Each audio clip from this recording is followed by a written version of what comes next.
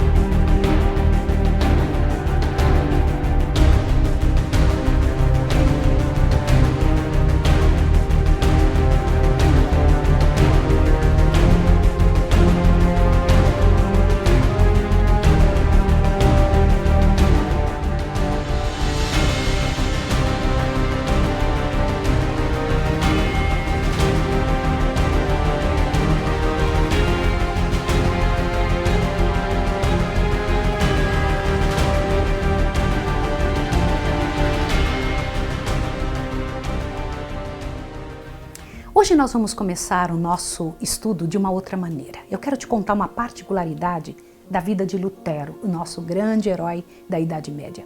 Você sabia que ele se casou? Num grande trabalho que ele havia feito para tentar ajudar umas freiras que estavam presas num convento, entre elas estava uma moça com quem ele se casou algum tempo depois e ele teve 6 filhos com ela. Olha o rostinho dela, observa agora. Esta casa foi a última casa onde eles moraram. Foi levantada uma estátua para ela na frente da casa onde moravam.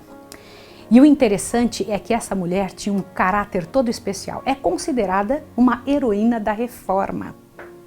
Dos filhos de Lutero com ela, entre eles, uma filha continuou dando suporte à Reforma.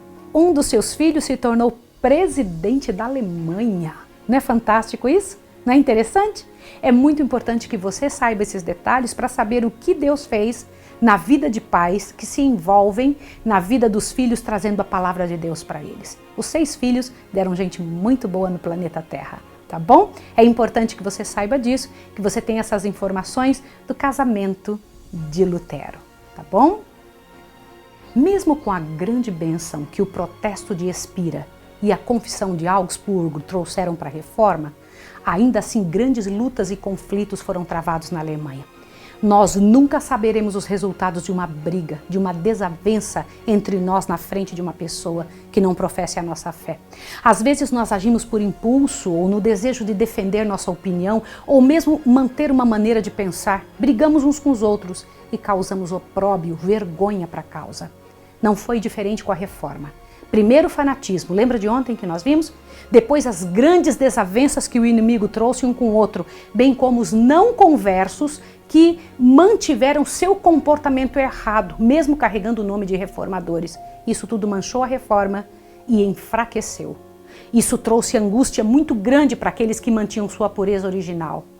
Irrompeu a guerra civil. Eu quero te pedir uma coisa, irmão e irmã que está em casa. Faça uma busca hoje, não fique só com o que eu falo aqui. Procure saber o que foi a guerra civil. Nós temos um tempo muito curto para a gente poder explicar para você. A guerra civil na Alemanha foi algo muito sério na Europa, para que você entenda quais foram as situações que estavam ao redor de toda esse momento da Reforma, para que você entenda o que vai acontecer daqui uns dias, porque se repetirá. Então lembre-se, guerra civil, tá certo? Quando irrompeu a guerra civil, a causa protestante foi traída por um dos principais adeptos. E vários príncipes da fé reformada, lembra que os príncipes ficaram a favor da Reforma? Vários deles foram arrastados como cativos. O imperador, que tinha visto tanto sangue derramado dos reformadores que deram a vida, também viu seus tesouros sendo destruídos e o reino ameaçado de derrota.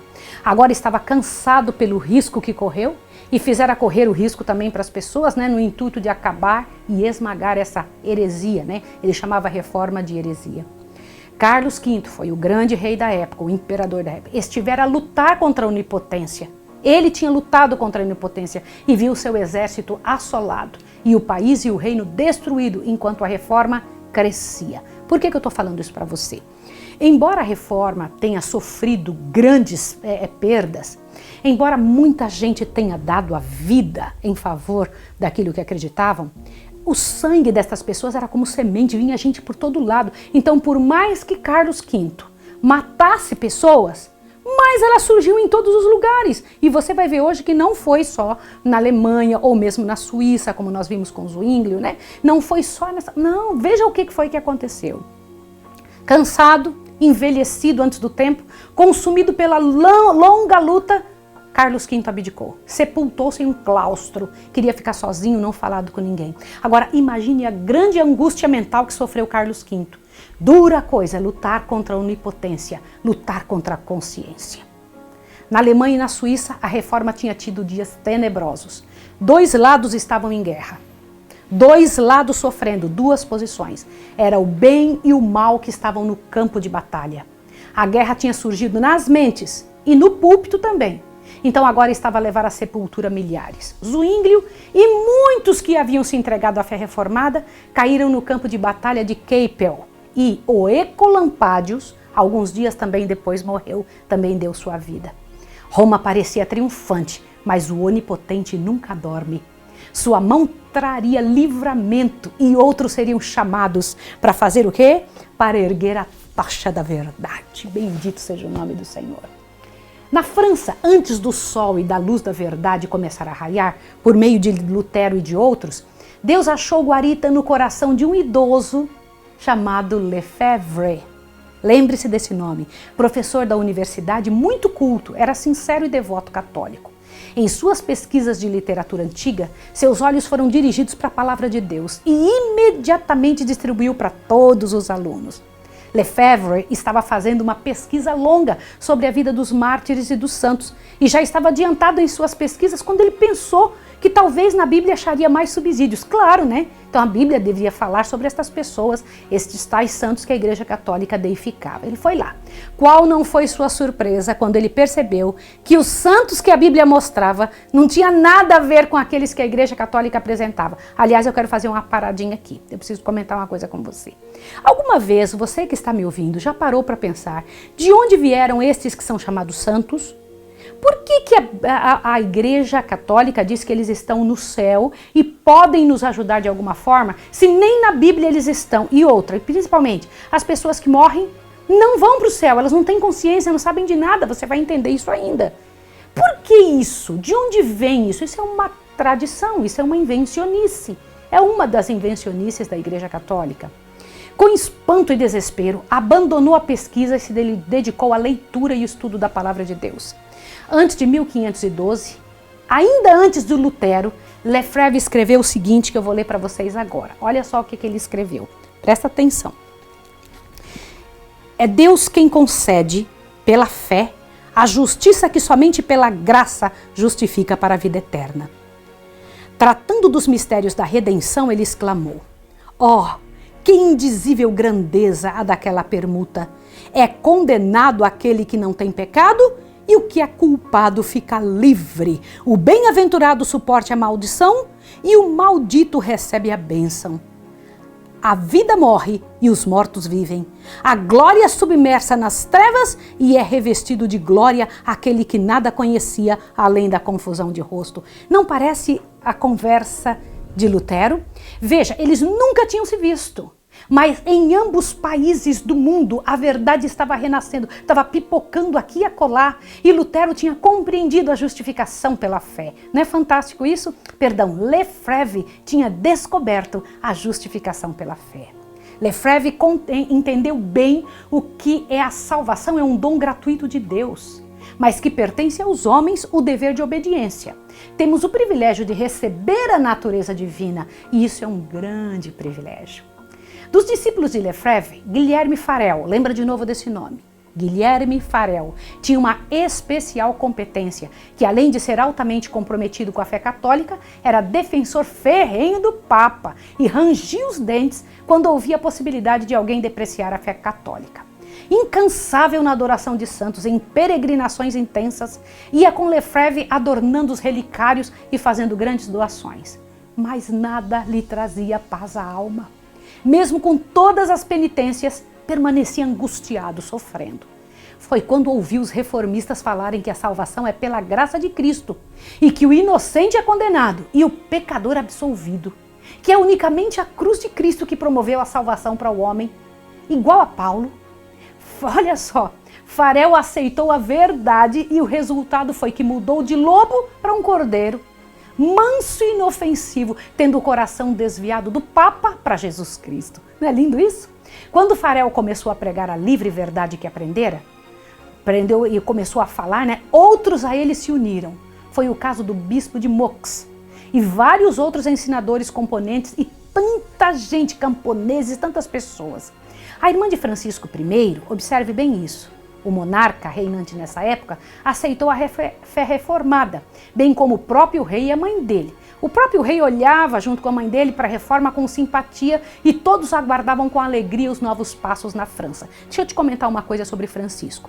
Francisco sabia que a reforma estava certa. Presta atenção nisso, Francisco I. Ele tinha certeza, mas ele tinha uma vida devassa, uma vida horrível. O palácio dele era um campo de devassidão. Quando uma pessoa conhece o Senhor, descobre a verdade, mas não muda de vida, ela é vencida por aquilo que ela alimenta. Observe isso. O que ele deveria ter feito? Entendido da verdade e deixado de lado as misérias. Feito uma luta com o próprio eu para que as misérias fossem embora de sua vida. Mas não foi isso que ele fez. Você já vai ver o que acontece com alguém que sabe a verdade e não se rende. O que acontece? Continuemos nossa história. Mas muitas perseguições estavam para irromper. O combate estava sendo preparado no silêncio, enquanto isso o bispo de Meaux ia pregando a verdade ao seu povo, aos clérigos, às pessoas e eliminando os padres imorais e ignorantes, substituindo-os por pessoas mais envolvidas. Lefebvre empreendeu a tradução do Novo Testamento para o francês e ao mesmo tempo em que a Bíblia de Lutero saía do prelo, também estava saindo a Bíblia de Lefebvre, Novo Testamento, pelo menos, em francês. Veja que interessante, eles não se conheciam, estavam lutando pela mesma situação. O bispo não poupou esforços para ser distribuída entre seu povo e a todos que conseguia. Era como água pura para o sedento e era a conversa em todos os ambientes. Em vez de tabernas, agora tinha pequenos grupos nas casas para discutirem sobre as grandes verdades que lhes enchiam o coração. Era uma coisa muito bonita. E esse é o resultado de entrar em contato com a verdade sagrada. As pessoas mudam. A luz da tocha acendida por Meaux foi longe, levando a verdade a muitos corações. Mas a ira do Papa logo apareceu, embora contida em parte pela posição do rei. Lembra que Francisco gostava tinha um apreço pela reforma? Mas o próprio Francisco sabia da vida errada dos padres, entendeu? Ele sabia, ele entendia a quem não era vedado saber da vida errada dos padres. Isso é muito importante a gente entender. O bispo de Meaux, quando teve que escolher entre a fogueira e a retratação, escolheu o lado mais fácil e retratou-se. Olha só, apesar da queda do chefe, bispo de Meaux era como chefe, Milhares deram seu testemunho frente às chamas, mesmo nos palácios. Muitas mulheres e homens nobres seguiram este exemplo. As armaduras reais ocultavam um coração convertido. Luís de Berquim, lembra esse nome também, por exemplo, educado fidalgo, manso e equilibrado, odiava por especial os reformistas, mas ao entrar em contato com as escrituras, compreendeu a verdade e a esta se entregou em devotamento à causa do evangelho. Bonito, né? Agora eu vou ler para você mais um pedacinho para você poder entender essa parte. Então, agora estamos falando sobre Luís de Berquim, Agora veja.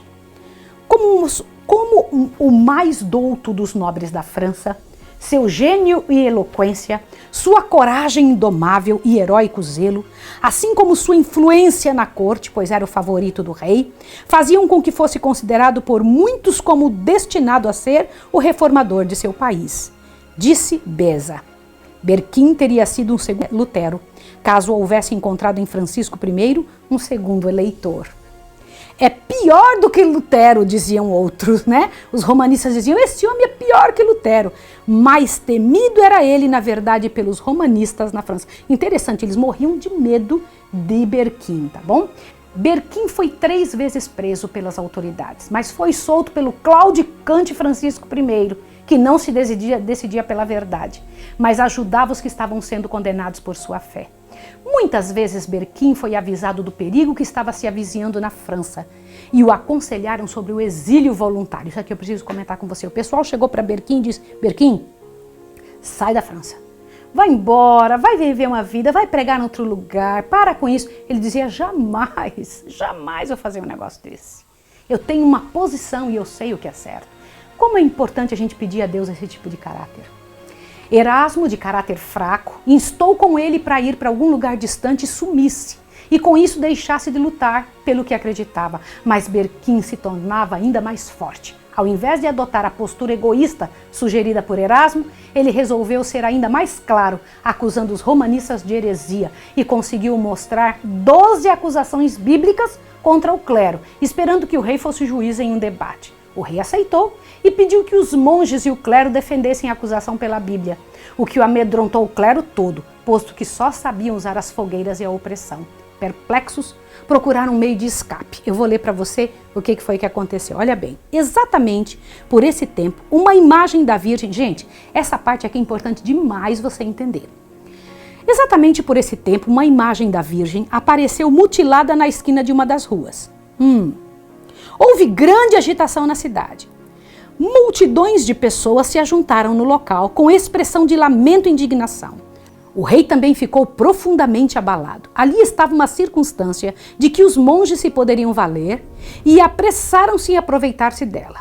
Diziam assim, são esses os frutos da doutrina de Berquim, exclamavam.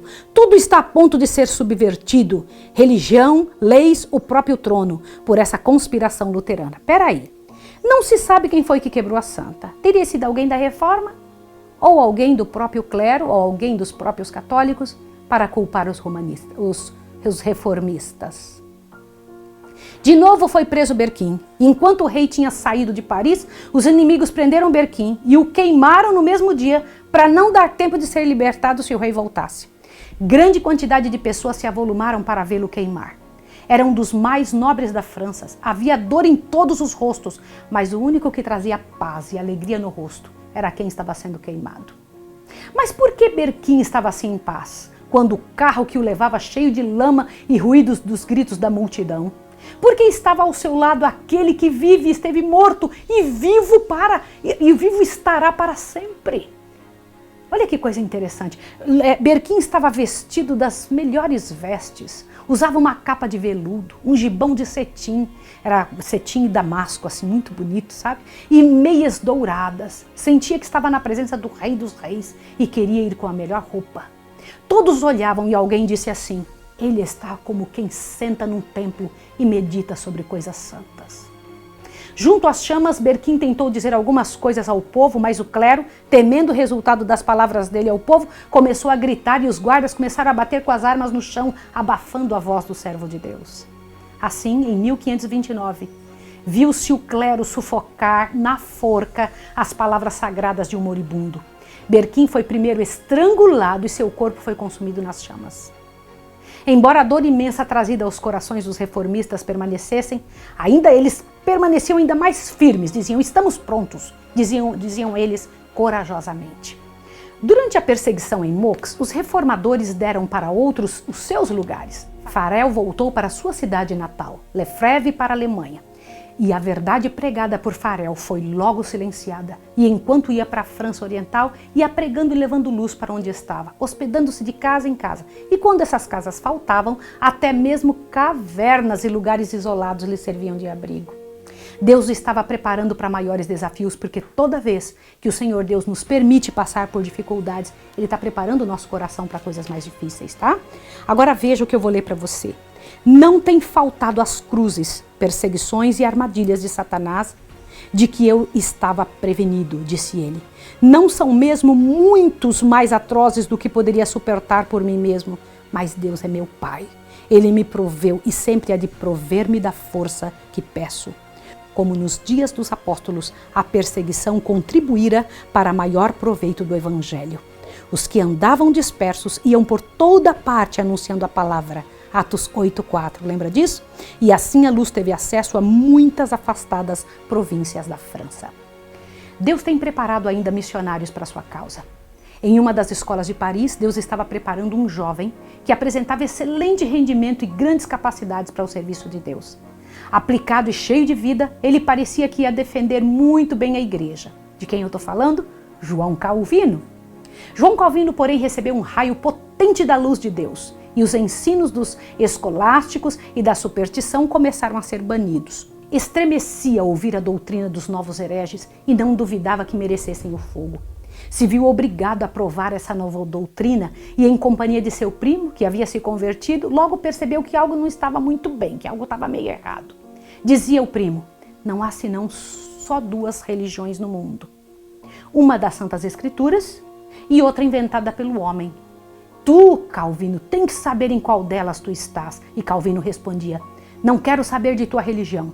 Acha que estive errado durante todos esses anos?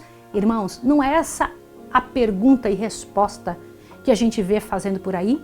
Pessoas que estão na religião errada, as pessoas falam: mas você já se perguntou por que sua igreja faz e age dessa forma? Aí eles respondem: mas você acha que a igreja está errada depois de tantos anos?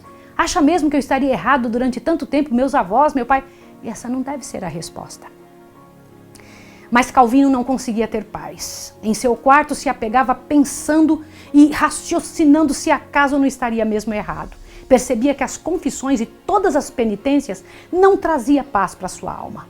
Foi numa dessas situações de dúvida que Calvino, ao visitar uma praça, viu a queima de um herege e ele se impressionou com o semblante de paz perfeita que o homem expressava, e isso o fez contrastar com sua própria condição escura e desesperadora de alma, embora ele vivesse em estrita obediência à igreja. Ele sabia que os hereges se fundamentavam na Bíblia e correu para estudá-la para entender os segredos da alegria deles. Agora, o que foi que aconteceu quando ele foi estudar na Bíblia? Presta atenção, olha só. Eu acho muito interessante essas partes, porque essas partes nos dão muita clareza. Olha o que diz. Na Bíblia achou a Cristo. O Pai, exclamou ele, seu sacrifício apaziguou tua ira. Seu sangue lavou minhas impurezas, sua cruz arrastou minha maldição, sua morte fez expiação por mim. Imaginamos para nós muitas tolices inúteis, mas tu colocastes tua palavra diante de mim como uma tocha e tocaste-me o coração a fim de que eu abominasse todos os outros méritos, com exceção dos méritos de Jesus. Não é lindo isso? Você não acha fantástico que ele, ao ler a Bíblia, tenha chegado a essa conclusão? Calvino tinha sido criado para ser um sacerdote e aos 12 anos tinha recebido a responsabilidade de ser um capelão de uma igreja. E ao ir desempenhando seus ofícios, acabou por passar pelo processo de se tornar um clérigo, mesmo sem ter feito as consagrações necessárias. Compreendendo que jamais poderia ser um padre de verdade, resolveu estudar a Bíblia e converteu-se ao Evangelho verdadeiro, né? Embora mantivesse isso em segredo e não se arriscava a pregar.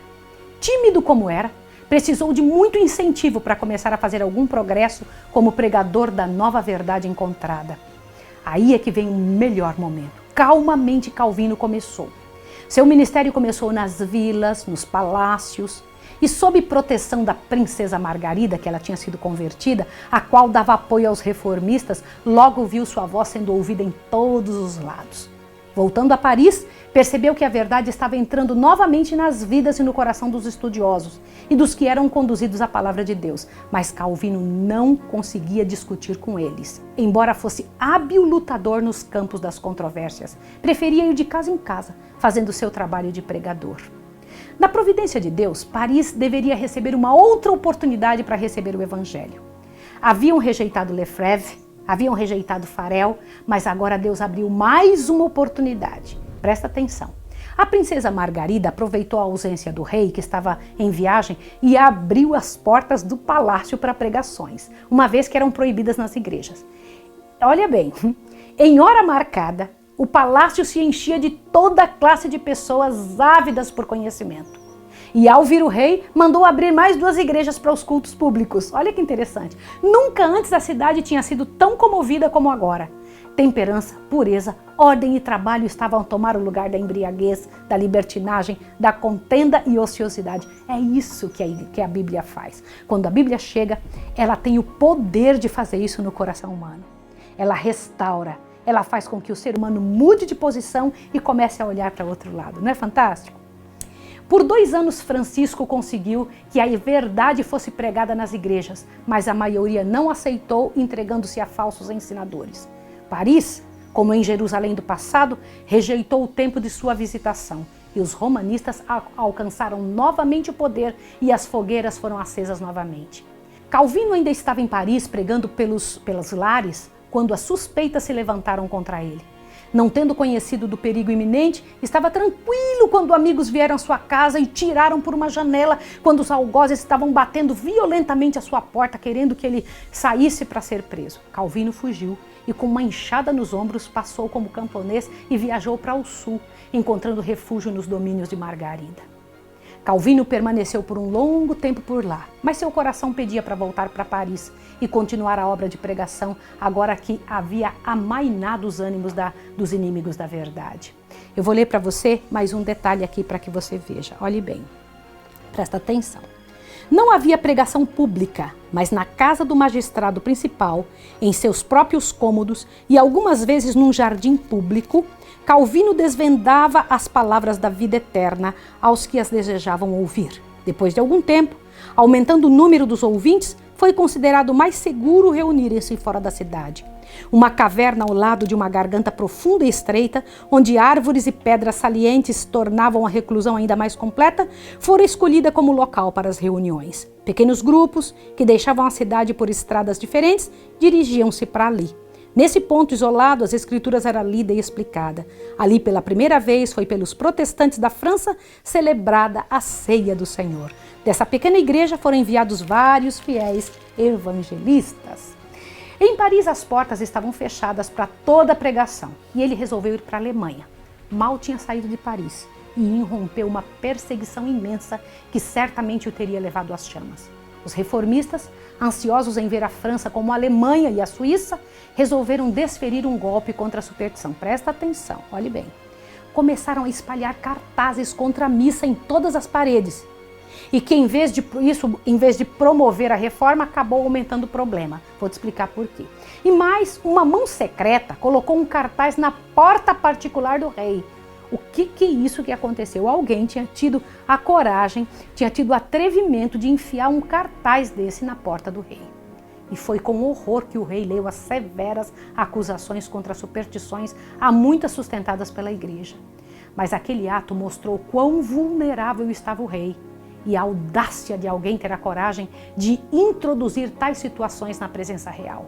Com a voz embargada e mudo de raiva, o rei mandou ir à caça de todo luterano e que eles fossem exterminados. Decidiu-se então pelo lado da Roma culpada. Eu vou te explicar agora uma coisa. Você se lembra que no início eu comentei que Francisco estava claudicante, para lá e para cá, às vezes a favor da reforma e às vezes não. Ele, pela vida errada que vivia, não conseguia se decidir. Agora, no momento de fúria, ele se decide pelo errado, se decidiu por Roma. De pronto foram tomadas medidas para encontrar os luteranos. E um deles, ao ser pego e com medo das chamas, foi conduzindo pelas ruas, com a hóstia precedida a ele, indicando a casa de todo outro protestante. Aquele ato era uma honra ao Santo Sacramento em resposta aos cartazes contra a missa. O traidor parava e, sem qualquer sinal, olhava para a casa do protestante, que era retirado de sua casa e arrastado e acorrentado. Não se poupavam casas, mesmo os clérigos e os de universidade. Morim, agente oficial do rei, fez abalar toda a cidade, era o reinado do horror. As vítimas foram torturadas e o lume foi abaixado das fogueiras para que queimassem mais devagar e provocassem maior dor e sofrimento. Meu Deus do céu, imagine isso. cadafalsos, fogueiras e escárnios, misérias por todos os lados. Mas essas atitudes só mostraram diante do povo qual é mesmo o caráter do romanismo. Não havia púlpito como as fogueiras de mártir. A maneira como morriam e o perdão oferecido àqueles que o atormentavam era uma testemunha viva de que o evangelho causava no coração da pessoa. A Igreja Romana, a fim de aumentar o medo popular, inventou que os luteranos estavam a forjar a morte do rei e um massacre aos católicos. Porém, sem nenhuma prova, faziam com que fossem odiados nossos irmãos do passado. Estas palavras tiveram um cumprimento exato mais tarde. Porém, não pelas mãos de qualquer luterano. 300 anos depois, o rei mesmo foi assassinado e o povo esmagado. O rei da época de 300 anos depois. Terror se apoderou de todos. Mas o caráter dos luteranos claramente se via na educação, no cuidado com que agiam diante das situações, sejam elas quais que fossem. Cargos de confiança e honra foram subitamente encontrados vagos. Cortesãos, alunos, universitários, muita gente saiu de Paris, mostrando que estava a favor do protestantismo. O clero ficou espantado ao ver quanta gente estava pronta e contra eles. Mas o que estava ao seu alcance foram brutalmente presos. As cadeias ficaram lotadas e o ar estava obscurecido com a fumaça de tantas fogueiras a arder que foram levantadas. Francisco I tinha se gloriado de ser o dirigente do maior movimento a favor da cultura e do aprendizado. Ele agora tinha reunido em seu reino homens cultos de saber e altíssimo grau de eloquência. Agora, depois disso que ele tinha feito, cego pelo trabalho inimigo que estava empreendendo, mandou fechar a imprensa de toda a França. Veja, um homem que tinha lutado pela cultura mandou fechar a imprensa. A cultura não se salvaguarda para uma pessoa tomar decisão altamente equivocada. Não adianta, se a pessoa não tiver Deus, ela sempre vai errar. A Igreja Romana exigia que o rei desse prova do desagrado dele com a atitude dos luteranos. E foi assim que em 21 de janeiro de 1535, com as ruas cheias de pessoas levadas a ver, foi feita uma grande procissão. Vou ler para você o que foi que aconteceu. Presta atenção. Das casas, ao longo do itinerário, pendiam panos de lutos. Erguiam-se altares a intervalos. Diante de cada porta havia uma tocha acesa em honra ao Santo Sacramento. Antes de raiar o dia, formou-se a procissão no Palácio do Rei. Primeiramente vinham as bandeiras e cruzes de várias paróquias. A seguir, apareciam cidadãos caminhando 2 a 2 e levando tochas. Vinham então os 4 ordens de frades, cada qual em seus trajes peculiares. Seguia vasta coleção de famosas relíquias. Após, cavalgavam senhorilmente eclesiásticos em suas vestes de púrpura e escarlate e com adornos de joias. Uma exibição magnífica e resplandecente. Depois você vai entender por que a Igreja Romana tem essa pompa e esse aparato todo que é para tornar os seus sentidos submissos. A hóstia era levada pelo bispo de Paris de maneira magnificente, carregada por 4 príncipes de sangue. Em seguida, caminhava o rei Francisco I, sem a coroa e sem as vestes de estado, com a cabeça descoberta, olhos fixos no chão, mas um círio aceso. O rei da França parecia em caráter penitente e em cada altar ele parava em profunda humilhação, não pelos vícios que lhe enegreciam a alma e lhe manchava de sangue as mãos, mas pelo pecado mortal de alguns dos seus súditos que tinham ousado condenar a missa. Veja, então o sofrimento que Francisco mostrava não era por si próprio, era pela igreja. Que interessante, é assim que Deus pede? Seguindo ao rei, vinha a rainha e os dignatários de 2 em 2 com uma tocha na mão. Ao voltar para o palácio, o criminoso rei falou a todos: me ajudem a destruir qualquer parte dessa odiosa doutrina que tem estragado toda a França. E se tivesse em mim algum membro manchado por essa heresia, eu mesmo daria a vocês para mutilarem. E mesmo que se meu filho estivesse nisso, eu daria para execução. Isso foi dito chorando, e todos os presentes choraram também e gritaram: viveremos e morreremos pela fé católica.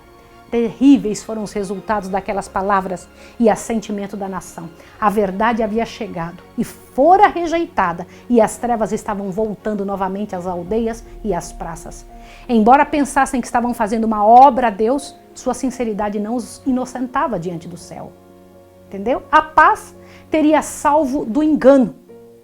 da mancha da sua alma pelo crime de sangue. Na verdade, eles haviam voluntariamente rejeitado a Deus. Um juramento para extirpar a heresia foi feito na grande catedral, onde 300 anos depois a deusa da razão seria entronizada numa nação que se esquivou de Deus. Ao saírem dali, começaram a cumprir o que haviam jurado. Olha o que eles tinham jurado. Cada pessoa, erguida nas fogueiras, respondiam favoravelmente à verdade e davam testemunho aberto do que acreditavam no que havia ensinado aos apóstolos e rejeitavam a igreja romana. As minúcias das torturas são absurdamente cruéis para serem descritas, mas o registro fiel de cada atitude está escrito nos livros do céu. A França havia rejeitado, mais 258 exatos anos. Depois que houve estas queimas, no dia 21 de janeiro de 1793, passou pela França outra procissão com um intuito muito diferente. Você quer ver? Que exatamente no mesmo dia, vários anos depois, o que foi que aconteceu? Olhe bem. De novo, o rei era a figura principal. O rei de 258 anos depois, né? Novamente havia tumultos e aclamações. Repetiu-se o clamor pedindo mais vítimas. Reergueram-se negros cadafalsos e de novo encerraram-se as cenas do dia com horríveis execuções. Luís XVI, lutando de mãos com seus carcereiros e executores, era arrastado para o cepo e ali seguro violentamente até cair a guilhotina e sua decepada cabeça rolar no tablado. E não foi o rei a única vítima. Perto do mesmo local, 2.800 seres humanos pereceram pela guilhotina durante os sanguinários dias do reinado do terror. Irmãos, é incrível como exatamente aquilo que eles estavam jurando que iam fazer com os reformistas, mais tarde foi feito com eles. A reforma protestante mostrou a luz, mas a França rejeitou. E ao fazê-lo, lançou as sementes da anarquia e a ruína, e a inevitável operação da causa e efeito resultou na Revolução Francesa e no reinado do terror. Muito tempo antes da perseguição provocada pelos cartazes, Farel tinha sido obrigado a sair da cidade e seguiu lutando pela verdade em todos os lugares onde antes Zwinglio tinha começado a levantar a tocha da verdade. A palavra de Deus foi trazida para a França e vendida pelos colportores para os locais, e os valores arrecadados ajudavam a Farel a continuar. Isso é importante você saber. Farel, na Suíça, foi trabalhar com crianças e devagarinho foi colocando a Bíblia para as crianças. Alguns creram, mas outros se levantaram para se opor. Mas Farel sabia que a verdade traz espada. Quando perseguido em um lugar, fugia para outro. E assim a verdade ia seguindo. Em praças, igrejas, púlpitos cheios, vilas, em qualquer lugar ele pregava. Várias vezes foi arrancado e espancado até quase a morrer, mas ele não desistia. Aquela pequena paróquia que a princípio havia trabalhado, logo aceitou a fé reformada. As cidades de Morat e Neuchâtel também renunciaram aos ritos romanos, removendo de suas igrejas as imagens. Farel desejava pregar em Genebra. Fez os esforços em cidades vizinhas. E um único amigo tinha conseguido entrar em Genebra uma certa vez e pregou somente 2 sermões. Foi chamado para o concílio, onde os padres exigiram sua condenação.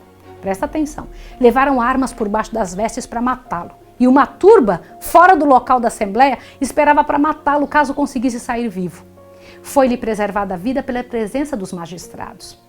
Para a próxima etapa, Deus escolheu uma pessoa muito simples para representar o trabalho de Deus. É agora que vocês vão ouvir de falar de outra pessoa. Anthony de Froment pregava para as crianças e usava a Bíblia. Logo os pais vieram ouvir e encheu-se as salas e multidões estavam extasiadas. Assim a verdade chegou a Genebra. A cidade já se havia decidido pela reforma quando Calvino entrou por suas portas. Não com muita dificuldade, porém, mas com muita força, foi que Calvino chegou e Farel viu nisso a mão de Deus. Não se aceita Deus em grupos, mas individualmente. Via-se o povo afastando e rejeitando Roma. Isso não era tarefa fácil. Calvino temia associar-se a Farel pela diferença de temperamento. Olha, veja, porque Calvino era tranquilo, Farel era todo, cheio de vida. Porém, entendeu que aquele era um chamado de Deus e resolveu auxiliar. Os anátemas papais lotavam todos os lugares e a reforma foi prosseguindo mesmo contra forças. Foi nesta mesma época que surgiram a Ordem dos Jesuítas. Irmãos, Quem eram os jesuítas? Nessa época surgiu o jesuíta. E eu preciso que você ouça isso. Por favor, em nome de Deus, não pense que nós estamos trazendo qualquer coisa inventada. Eu lhe peço que, por favor, você descubra quem são os jesuítas. Eu vou ler só um pedaço do que o livro Grande Conflito diz. O mais cruel, sem escrúpulos e poderoso de todos os defensores do papado. Separados de laços terrestres e interesses humanos, insensíveis às exigências das afeições naturais, tendo inteiramente silenciadas a razão e a consciência, não conheciam regras, presta atenção nisso, nem restrições além da própria ordem, e nenhum dever a não ser o de estender seu poderio. O Evangelho de Cristo havia habilitado seus adeptos a enfrentar o perigo e suportar sem desfalecer o sofrimento pelo frio, fome, labutas e pobreza, a fim de desfraldar a bandeira da verdade e em face do instrumento de tortura do calabouço e da fogueira. Para combater estas forças, o jesuitismo inspirou seus seguidores com um fanatismo que os habilitaria a suportar semelhantes perigos e opor ao poder da verdade todas as armas do engano. Não havia para eles crimes grandes demais para cometer, nem engano demasiado vil para praticar, disfarce algum por demais difícil para assumir. Voltados à pobreza e humildade perpétua, era seu estudo objetivo conseguir riqueza e poder para se dedicarem à subversão do protestantismo e restabelecimento da supremacia papal.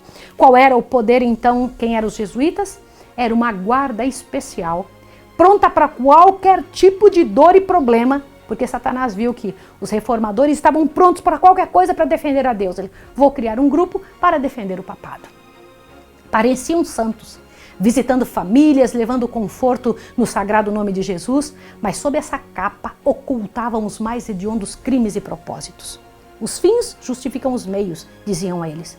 Para este fim, a mentira, o roubo, o perjúrio ou qualquer outro crime não somente eram perdoados, mas como também recomendados. O importante era o interesse da igreja. Nos cargos do governo, nas vilas, nos diversos locais do povo comum, tomavam parte para serem como espias. Tornaram-se servos para agirem como espias de seus senhores. Abriam escolas para os filhos da nação e as crianças eram obrigadas e acostumadas a renderem homenagem e observância aos ritos papais. Toda pompa e ostentação era usada para confundir os sentidos. E o que a reforma havia feito, os filhos derrubavam com a nova aceitação. Assim a Europa foi novamente enlameada com a doutrina romana. Uma bula fez renascer a Inquisição. Lembra da Inquisição? Embora existisse aversão a ela, foi praticada pelos chefes papais em masmorras secretas e em prisões nauseantes. E ricos e pobres, nobres e plebeus, piedosos e devotos, intelectuais e educados e incultos foram mortos ou tiveram que fugir da nação. Tais foram os meios adotados por Roma para apagar a luz da verdade, da reforma e retirar a Bíblia da mão dos homens. Mas Deus sempre tem outros meios. E estejamos certos de que jamais Deus perderá a batalha. Cada um destes países estariam vindo e vendo a verdadeira luz da reforma. Durante 30 anos, Calvino trabalhou em Genebra, lutou como pecador comum, mas era decidido. De Genebra sairiam publicações que encheriam o mundo. E a cidade de Genebra seria novamente aceita e transformada. Depois, ao voltarem para seu próprio país, levavam de volta a verdade livre que haviam aprendido, aquela que eles haviam aprendido a resistir à tirania de Roma.